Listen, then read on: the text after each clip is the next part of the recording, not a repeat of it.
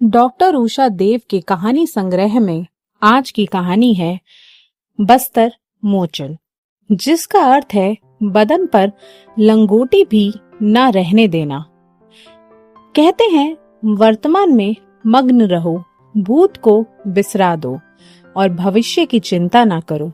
बस यही आज नई पीढ़ी के जीवन दर्शन का मूल मंत्र है। चरवाक सिद्धांत है, यावत जीवेत सुखम जीवेत, ऋणम कृत्वादिघृतम पिबेत। अर्थात कर्जा लेकर भी घृत पान का आनंद उठाओ। यही कारण है कि आप किसी भी बाजार में निकल जाइए, नहीं वातानुकूलित बड़े बड़े बिग बाजार, मॉल्स आदि में चले जाइए। बच्चे से लेकर प्रौढ़ एवं वृद्धों तक के अत्याधुनिक वस्त्राभूषण मन को बरबस ललायित कर लेते हैं। बड़े बड़े उद्योगपतियों ने इस वर्ग विशेष को रिझाने के असंख्य हथकंडे अपना लिए हैं। अंतर्राष्ट्रीय कंपनियों, प्राइवेट औद्योगिक कंपनियों से मिलने वाले लाखों के पे पैकेज को दाएं हाथ से पकड़ते और बाएं हाथ से उपयोगिता या जरूरत के बिना सोचे समझे खर्च किए जा रहे हैं। यदि पति पत्नी दोनों ही ऐसे उच्च पदों पर हैं, तो फिर कहना ही क्या। आए दिन विदेश यात्रा, 5 सितारा होटलों में लंच या फिर कैंडल लाइट डिनर और जरा ज्यादा आनंद प्राप्ति का विचार उछाल मार गया तो हेल्थ क्लब, डिस्को क्लब या फिर सुपर डीलक्स स्पा तक की दौड़ लग जाती है। परिवार बनाना अर्थात बच्चे की इच्छा करना अपने लिए मुसीबत मानते हैं। समय को गर्भरोधक उपायों के सहारे टालते जाते हैं। यदि कोई चूक हो गई तो अल्ट्रासाउंड से भ्रूण लिंग पता कर अगला कदम उठा लेते हैं। कन्या को जन्म लेने का अधिकार भी नहीं दे पाते। सब सकारात्मक होने पर बच्चे को आया के हवाले कर पूर्ण संतुष्ट हो जाते हैं। बेचारी आया, उन्हें भी शीघ्र पता चल जाता है कि मेम साहिबा कब आएंगी और साहब कब, सो वे भी बच्चे को इधर उधर घुमाकर सोच जाने को मजबूर करती हैं। आखिर उसे भी तो पड़ोस के रामू या बहादुर के साथ मनोरंजन के लिए कुछ समय चाहिए या नहीं। सच मानिए या फिर जाकर अध्ययन कीजिए कि ये अत्याधुनिक पति पत्नी अपने अपने माँ बाप क्या किसी रिश्तेदार को दूर दूर तक देखना ही नहीं चाहते। वृद्ध माँ बाप को तो 2-4 लाख रुपया खर्च कर उन्हें ओल्ड होम्स में रखना बेहतर मानते हैं। माता पिता के जीवन भर की कमाई एवं घर तो उन्हें चाहिए ही, पर उनके 2 शब्द भी इन्हें निजी जीवन में दखल अंदाजी स्वरूप लगते हैं। यदि कोई माता पिता के साथ रह रहे हैं तो ये नहीं कि वे इनके मनो अनुकूल बन कर समय निकाल रहे हैं। वास्तव में मुश्किल तो तब आती है जब वृद्ध दंपति में से एक रह जाता है। स्त्री चली गई तो वृद्ध की ऐसी तैसी हो जाती है। यदि माताश्री पीछे रह गई तो घर में एक असहाय काम करने वाली बनकर जीवन काटती है। यदि कुछ प्रबुद्धमती हुई और पति के द्वारा बनाए गए मकान और रुपए पैसे पर अपना हक जताती है या फिर भाग दौड़कर अपने नाम कराने की सोचती है, तो तीर भाले बन अपने ही पुत्र रतन उसकी छाती को छलनी करने से पीछे नहीं हटते। पुत्र वधुएं तो आग में घी स्वरूपा बन पूर्ण रूप आहुति में साथ देने के लिए कमर कस लेती हैं। क्षमा कीजिए, आप पाठकगण मेरी इस विषय में कही गई बातों से असहमत होने की पूरी स्वतंत्रता रखते हैं, पर बात 60-70% की हो रही है। जागो, उठो और आंखें खोलकर चारों ओर फैली इस अधिकार लिप्सा और तुरंत फुरंत मकान, रुपए पैसे को पाने की होड़ में लगी आधुनिक संतान नहीं पीढ़ी का अध्ययन करने का मन बना लीजिए। मनोवैज्ञानिकों ने इस बात पर जरूरत से काफी ज्यादा वजन दे डाला कि बच्चे को अपनी रुचि और इच्छा अनुसार कार्य या सोच विचार करने में मदद करें। पर वे अपनी पाठ्य पुस्तकों में इस बात की घुट्टी शायद ना स्वयं पी पाए, ना ही संपर्क में आने वालों को पिला पाए कि कर्तव्य का स्थान सर्वोपरि है। अधिकार तो बात की बात है। आज बच्चा बच्चा, युवक युवती बस अधिकारों की लंबी सूची लिए दिखाई देते हैं, कर्तव्य भूले बैठे हैं। आज की अर्थव्यवस्था इसी वर्तमान भोगियों की जीवन पद्धति पर फूल रही है। दिन में 4-5 फोन तो प्राइवेट बैंकों से आ जाते हैं कि कार या मकान के लिए 100% फाइनेंस उपलब्ध करवाते हैं। यही नहीं, प्रिंट मीडिया अर्थात अखबारों, पत्रिकाओं आदि में भी इश्तिहारबाजी चलती रहती है। इन कुशल बहेलियों के जाल में सरकारी, अर्ध सरकारी और प्राइवेट कंपनियों में काम करने वाले फंसते ही रहते हैं। जीवन यात्रा एक बिंदु माफिक नहीं, वरन निरंतर चलने वाला लंबा सफरनामा है। यहाँ सावधान एवं दूरदर्शी होने की परम आवश्यकता है। शशांक और तुषार दोनों भाइयों ने पिता श्री नरेंद्र जी की ज्वेलरी की दुकान पर सीनियर सेकेंडरी के बाद काम करना शुरू कर दिया था।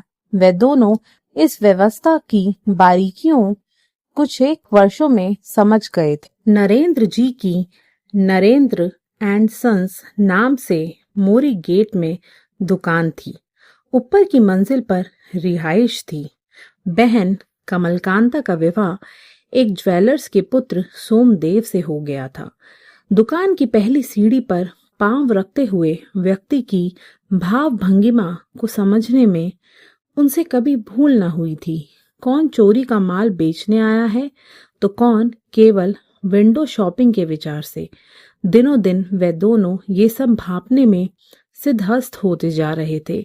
यही नहीं, अपने अपने कयासों को कूट शब्दों में कह भी देते थे। इसका लाभ यह होता कि खाली समय में वह एक दूसरे से हाथ मिला मिलाकर उन लोगों पर टीका टिप्पणी कर अपना मनोरंजन कर लेते थे। पिता नरेंद्र को अपने पुत्रों पर काफी भरोसा हो आया था, सो वे पहले से कम समय दुकान पर बैठते थे। नव्या ने जैसे ही सीढ़ी पर पांव रखा तो शशांक उसे पहचानते हुए तुषार को इतना ही बता पाया कि वह उसके स्कूल में उसी की क्लास में पढ़ती थी। नव्या ने आते ही कहा, शशांक, यह तुम्हारी दुकान है? सच में मुझे पहले पता न था। शशांक ने रामेश्वर, जो घर और दुकान का छोटा मोटा काम संभालता था, को कोल्ड ड्रिंक लाने के लिए भेज दिया। स्वयं नव्या से इधर उधर की खोज खबर लेने में व्यस्त हो गया। कुछ एक सहपाठियों और सहपाठिनियों के नाम याद रह पाए थे, अतः उनके बारे में जानने की जिज्ञासा व्यक्त कर रहा था। नव्या ने किसी के विषय में कुछ बताया और किन्हीं के प्रति अपनी अज्ञता प्रकट कर दी। स्वयं अपने बारे में बताया कि उसने बीए रामजस कॉलेज से कर दिल्ली से ही बीएड कर सरकारी स्कूल में अध्यापिका की पक्की नौकरी पा ली है। शशांक उसकी उपलब्धियों पर मुबारक दे रहा था और साथ ही उज्जवल भविष्य की कामना कर उठा। रामेश्वर ने चांदी के गिलास में लिम्का परोस दी थी। शशांक, ये क्या, तुम दोनों भी अपने लिए ठंडा मंगवाते? वह एकाएक कह उठी। नहीं, अभी तो खाना खाकर आए हैं। शाम तक 2-4 ग्राहकों को साथ देने के लिए हमें कभी कोल्ड ड्रिंक या कॉफी पीनी ही पड़ती है। आप पीजिए। उस दिन वह अपने कानों के लिए एक जोड़ी बूंदे खरीदने आई थी। शशांक तो उसकी तीक्ष्ण बुद्धि और वाक्पटुता का प्रशंसक बन गया था और दोस्ती के नाम पर 200 रुपए कम लिए थे। उसके जाते ही तुषार ने कहा, शशांक, बिजनेस तो बिजनेस है, हमें अपने असूल के मुताबिक ज्यादा से ज्यादा 50 रुपए कम लेने चाहिए थे। शशांक ने स्पष्ट करते हुए कहा, तुषार, मुर्गी अच्छी है, मुझे तो ऐसी ही पत्नी चाहिए जो स्कूल में नौकरी करते हुए घर का भी ध्यान रख सके। बस इसे मेरे प्यार का इजहार ही समझो। तुषार चुप्पी लगाने को मजबूर हो गया। बात आई गई हो गई। लगभग 6 महीने बाद नव्या फिर आई थी। उसके साथ एक अन्य सहकर्मिनी भी थी। नव्या ने बैठते ही चूड़ियों का डिजाइन पसंद करना शुरू किया और बीच बीच में सहेली से भी राय ले रही थी। आखिर 2 सुंदर डिजाइन पसंद कर 4 चूड़ियां बनाने का ऑर्डर दिया। शशांक ने ही कहा, नव्या एक ही तरह की 8 चूड़ियां क्यों नहीं बनवा लेती? नहीं, स्कूल में अलग अलग तरह की चूड़ियां पहन कर जाऊंगी तो अच्छा रहेगा। 20 दिन बाद वह चूड़ियां अकेले ही लेने आई थी। धनराशि देते हुए उसने बताया कि वह ये सब गहना अपने वेतन से बना रही है। वास्तव में वह अपने पिता पर अपने विवाह का 1 रुपया का भी बोझ नहीं डालना चाहती। कमाती हूँ, जो रुपया जमा कर पाऊंगी बस उतने में ही विवाह करूंगी। दहेज के लोभी से विवाह नहीं करूंगी। कहते कहते उसके मुख पर आत्मसम्मान एवं दृढ़ निश्चय की रेखाएं स्पष्ट उभर आई थी। बहुत आदर्शवादी हो, शशांक कह उठा। क्यों ना हूं, जी तोड़ मेहनत की है और पुरान पंथी बनकर जीवन ना काटूंगी। अच्छा, यदि मैं तुम्हारी शर्तें मान लूं तो? सोचना पड़ेगा। अकस्मात उसके मुख से निकल गया। वह हिसाब किताब कर पैसे चुकाकर चली गई। शशांक ने अपने पिता नरेंद्र से अपनी मंशा स्पष्ट कर दी थी। मन में तो वह एक मालदार असामी का ध्यान किए हुए थे, पर पढ़ी लिखी बहू मिल रही है, यह सोचकर शशांक का मन रखने को तैयार हो गए। तुषार ने कुछ टीका टिप्पणी करना उचित न समझा। हाँ, भावों को जानने में कुशल, उसने मन ही मन कहा जरूर। शशांक, तुम एक कुशल बहेलिये के जाल में फंस रहे हो। सच में तुम बदल गए हो। तुम उसकी स्वार्थपरता को भांप नहीं पाए। यह भी सच है कि यदि मैं इस समय कुछ कहूंगा तो तुम मेरे कथन का अन्यथा अभिप्राय लगाओगे। हाँ, मुझे अवश्य सतर्क रहना होगा। शादी नव्या की कही गई पद्धति पर ही हुई। वर पक्ष ने दिल खोलकर दावत दी थी। नौकरी वाली कर्मठ सुगृहिणी नव्या को पाकर सब उससे संबंध अनुसार संतुष्ट थे। तुषार भी अपनी परख कला पर शंका करता हुआ नव्या के लिए मान सम्मान का पूर्ण भाव बनाए हुए था। 1 साल बाद तुषार का विवाह दूर के रिश्तेदार शिवानी से हो गया था। उसके पिता शिवदत्त और भाई प्रियदर्शी को ज्वालाहेड़ी में ज्वेलरी की ही दुकान थी। अच्छी खासी आमदनी थी। फार्म हाउस में विवाह हुआ था। लंबा चौड़ा दहेज अपने रुतबे के हिसाब से दिया था। नव्या ने विवाह की तैयारियों और अन्य सभी कामों में बढ़ चढ़कर भाग लिया। जिसे देखो वही नव्या की प्रशंसा कर रहा था। सास अमृता जी भी रह रह कर कह उठती, बस किसी की नजर न लगे, दोनों बहन की तरह घर बाहर को संभाल ले तो मैं समझूंगी कि देह त्यागे बिना ही स्वर्ग में वास कर रही हूँ। शिवानी भी रह रह कर नव्या के हाथ पकड़ लेती तो कभी गले लग जाती। इंद्र जी का मन बल्लियों उछलने लगता। जब डाइनिंग टेबल पर वे सब साथ बैठे होते, शिवानी खाना परोस रही होती और नव्या रसोई में नौकर रामेश्वर के साथ फुलके आदि बनाने में हाथ बटा रही होती। अब अमृता जी का पूजा पाठ का समय द्विगुणित हो गया था। निश्चिंतता का भाव मुखमंडल की शोभा बढ़ा रहा था। दान पुण्य व्रत कथा आदि में मन सदैव रमा रहता था। इधर नरेंद्र जी यदि मन में इच्छा होती तो दुकान पर जाकर बैठते थे, नहीं तो धार्मिक टीवी चैनल्स पर प्रसारित होने वाले प्रवचनों एवं भजनों को सुनते रहते। हाँ, हर शाम को बेटों से दिन भर की खरीद फरोख्त का ब्यौरा ले लिया करते थे।